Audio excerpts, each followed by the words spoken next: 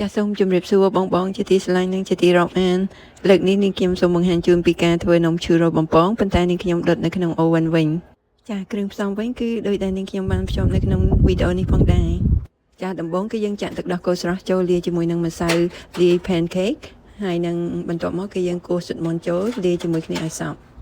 ចាយើងកូរទឹកដោះគោជាមួយម្សៅជាមួយនឹងស៊ុតមាន់ឲ្យរៀងយូរបន្តិចដើម្បីឲ្យល្បាយទាំងនេះច្របល់ចូលគ្នាសព្វបានល្អ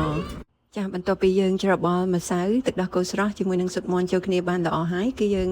ដាក់ប៊ឺចូលទៅក្នុងខ្ទះដើម្បីរំលាយប៊ឺចាបន្ទាប់ពីប៊ឺសាបរលាយបានល្អនៅក្នុងខ្ទះហើយគឺយើងចាក់ល្បាយដែលយើងបានកូររួចហើយនេះចូលទៅក្នុងខ្ទះដែរដើម្បីធ្វើការកូរ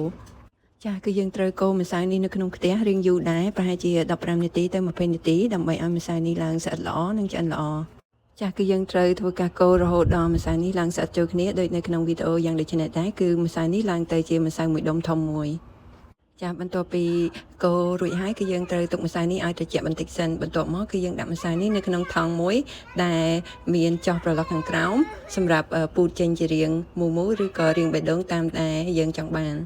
ចាមុនដំបូងនាងខ្ញុំចង់ធ្វើម្សៅនេះជារាងអង្កាញ់ផ្កាដោយដែលមាននៅក្នុងរូបនេះអញ្ចឹងប៉ុន្តែដោយសារម្សៅនេះតឹងពេកពិបាកក្នុងការច្របាច់ចេញជារាងមូលនាងខ្ញុំក៏ដកក្បាលដែកចេញច្របាច់ជារាងរលោងធម្មតាវិញ